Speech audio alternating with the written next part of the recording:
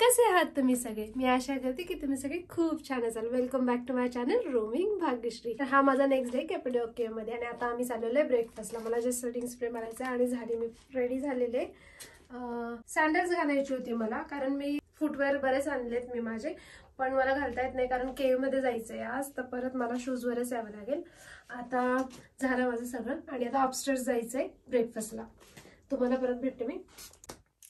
तर एक fortunately unfortunately एक खूप छान गोष्ट झालेली आहे.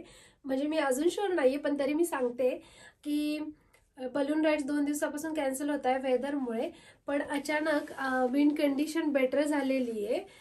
आज बेटर झाली म्हणून उद्या बलून राईड्स सुरू करणार आहेत ते, असं मेसेज आला आणि आम्ही लगेच बुक केली. थोडी एक्सपेन्सिव्ह झाली ती, कारण 2 दिवसापासून लोक पेंडिंग आहेत, तर ते एक्सपेन्सिव्ह, पण आम्ही तरी पण बुक केली. पण सांगता येत नाही कारण वेदर कंडिशन आता इम्प्रूव्ह वाटते, उद्याचं माहीत नाही. होपफुली चांगली राहील आणि उद्या बलून राईड होईल, म्हणजे हॉट एअर बलून राईड होईल माझी, असं मी होप करते. आणि मी सो एक्सायटेड आहे की परत एक वेळ जो लास्ट चान्स होता, आणि आता हा लास्ट चान्स आहे, कारण उद्या परत जायचंय, उद्या रिटर्न फ्लाईट आहे लंडनला. सो हा लास्ट चान्स आहे, कारण म्हणजे सगळ्या लोकांची कॅन्सल झाले आणि रिफंड मिळालं होतं. आम्हाला पण रिफंड मिळालं तिकीट, पण आता आम्ही परत बुक केलं. तर आता आम्ही वेट करतोय आमची ग्रीन टूरची, जी की आजसाठी बुक आहे आणि मी तुम्हाला पुढे दाखवते सगळं. आताच पिकअपसाठी कार आली, कार म्हणजे मिनी व्हॅन आहे आणि आम्ही आता जातोय पुढच्या प्रवासाला. म्हणजे ही ग्रीन टूर आहे, मी दाखवते पुढे सगळा प्रवास. तर आता फर्स्ट पॉईंटला आलेले, तर आमच्यासोबत टूर गाईड आहे, ते आम्हाला इन्फॉर्मेशन देणार आहे. व्हॅलीच आहे ही एका प्रकारची. कालच्या व्हिडिओ तुम्ही बघितले असेल, खूप मोठी व्हॅली. आता वेगळ्या व्हॅलीला आलेले आहे आणि ती सगळी इन्फॉर्मेशन देईल आणि मी नंतर तुमच्यासोबत शेअर करेन. तर कॅपेडोकिया हे एक रिजन आहे आणि हे 5 सिटीज मिळून झालेले आहे. आणि हे जे पहाड दिसत आहेत ना, हे क्रिएट झालेले बिकॉज ऑफ व्हॉल्कॅनो. हे जे व्हॉल्कॅनो इथे झाले होते ते अंडरग्राऊंड झाले होते आणि ते अंडरग्राऊंड झाल्यामुळे हे पहाड त्या लेवलला, हे पहाड क्रिएट झालेले आहेत, जे तो मोठे पहाड दिसत आहेत. आणि हा जो व्हॉल्कॅनो आहे ना, हे जे सगळे पहाड वेगवेगळ्या कलरचे जे दिसत आहे ना, हे त्याचे मिनरल्समुळे दिसत आहेत. व्हॉल्कॅनोमुळे झालेले, व्हॉल्कॅनोमधून जे मिनरल्स निघतात त्यामुळे. आणि हा व्हॉल्कॅनो 14 मिलियन इयर्स अगो झाला होता. आणि इथे जे हे पहाड आणि हे रॉकचे जे वेगवेगळे कलर्स आहेत ना, त्याचा मिनिंग असा आहे की जे डार्क आहेत ते खूप हार्ड आहेत आणि जे वेगळ्या फेंट कलरचे ते लाईट कलरचे ते सॉफ्ट आहेत. आणि 14 मिलियन इयर्स पासून त्यांनी हा शेप घेतलेला आहे विंड्समुळे आणि वेदरमुळे.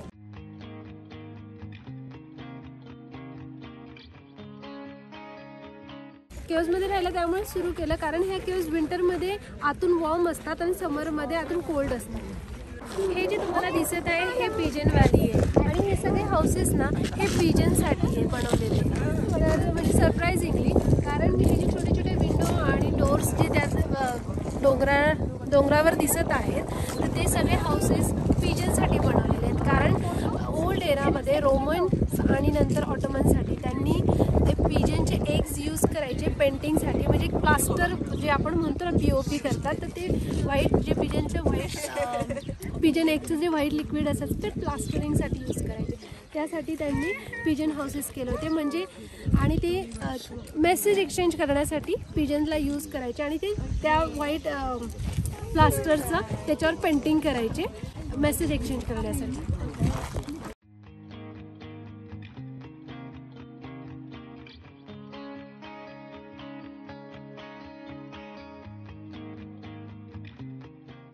दीड तासाचा प्रवास होता आणि मी मस्त झोप घेतली त्यामध्ये. आणि आता आम्ही पोहोचलेलो हिलारा व्हॅलीला. तर खाली थोडं बरंच 3-3.5 किलोमीटरचं हायकिंग आहे, ते आता करणार आहे आम्ही. आणि मग खाली गेल्यावर मी तुम्हाला सगळं दाखवते.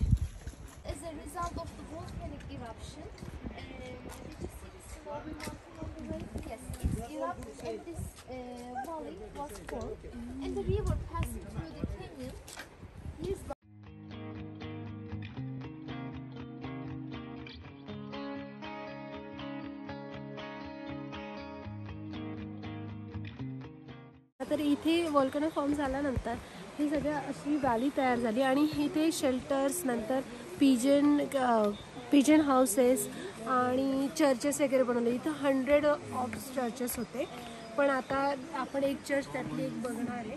तर अशी पूर्ण म्हणजे रनिंग व्हॅली होती बॅक इन द डेज.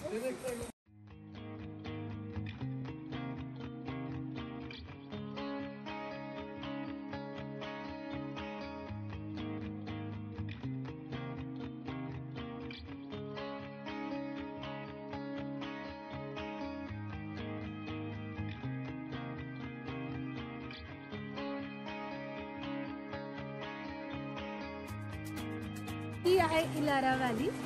तुम्हाला वरचा सगळा व्ह्यू दाखवते, किती सुंदर आहे.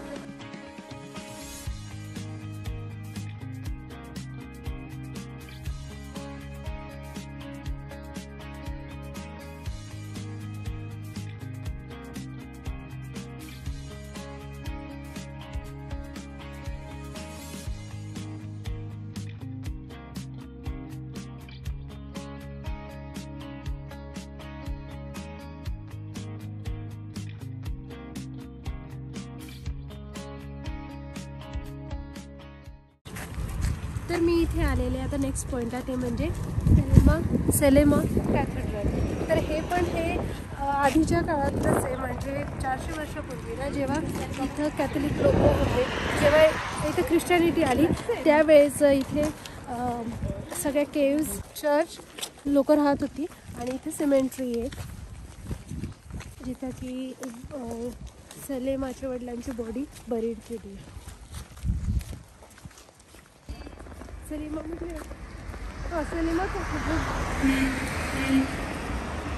तर हे मॅनमेड केव्ज आहे आणि इथे चर्च वगैरे सगळंच आहे. किचन वगैरे सगळं होतं आतमध्ये जेव्हा लोक राहत होती. आता इथं कोणीच राहत नाही. हा, तंदूर वगैरे सगळंच होतं. आता कोणी राहत नाही. आता हे एक्झिबिशनसाठी असं ओपन ठेवलेलं आहे. आता आम्ही आलेलो आहे अंडरग्राउंड सिटीला आणि अचानक वेदर चेंज झाले. बघा कसं झालं, पाऊस येतोय तरी पण आम्ही अंडरग्राउंड सिटीला व्हिजिट देतोय आणि मी दाखवते तुम्हाला किती छान वाटेल तिथे.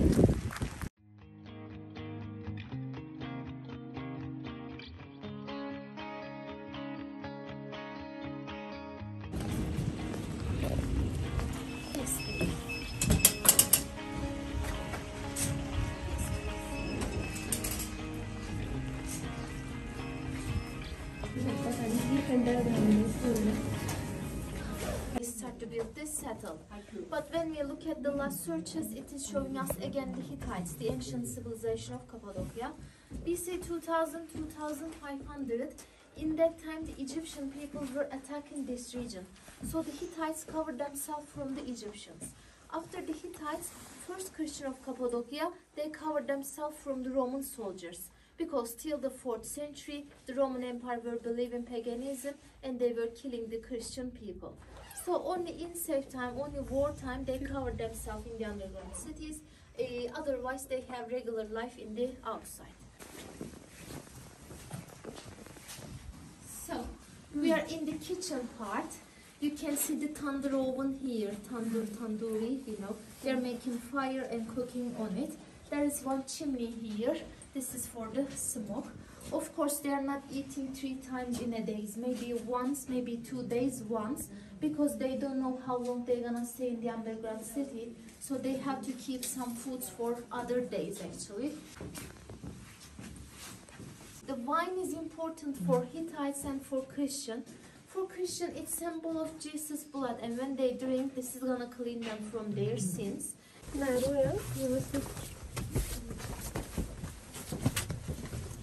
Problem in the group members. Who has mental problem? They are keeping in the prison as well, because this is dangerous for the other people.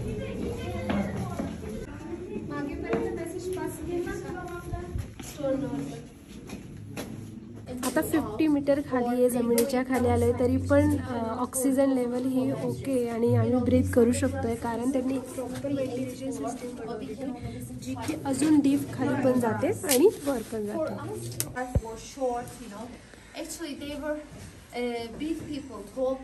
Underground city बघून आले आणि ती सिटी जी आहे ना पूर्ण अंडरग्राउंड आहे आणि अशा इथे बऱ्याच सिटीज आहे, पण ही जी आहे सगळ्यात बिगेस्ट वन आहे इथे आणि 3000 इयर्स अगो ही बनवलेली आहे. कीप देम सेल्फ नाही तर to protect them self from the enemies. तर मग त्यांना जेव्हा स्वतःला प्रोटेक्ट करायचं तेव्हा ते खाली जाऊन लपायचे, तिथंच राहायचे दिवसेंदिवस, बरेच दिवस राहायचे. अशासाठी ती अंडरग्राऊंड सिटी बनवली होती. तर आता हा शेवटचा स्टॉप होता आजच्या टूरचा. तर मी आजचा व्हिडिओ इथेच संपवते. आता आम्हाला सरळ हॉटेलला ड्रॉप करणार आहे आणि मग मी तुम्हाला परत उद्या भेटते.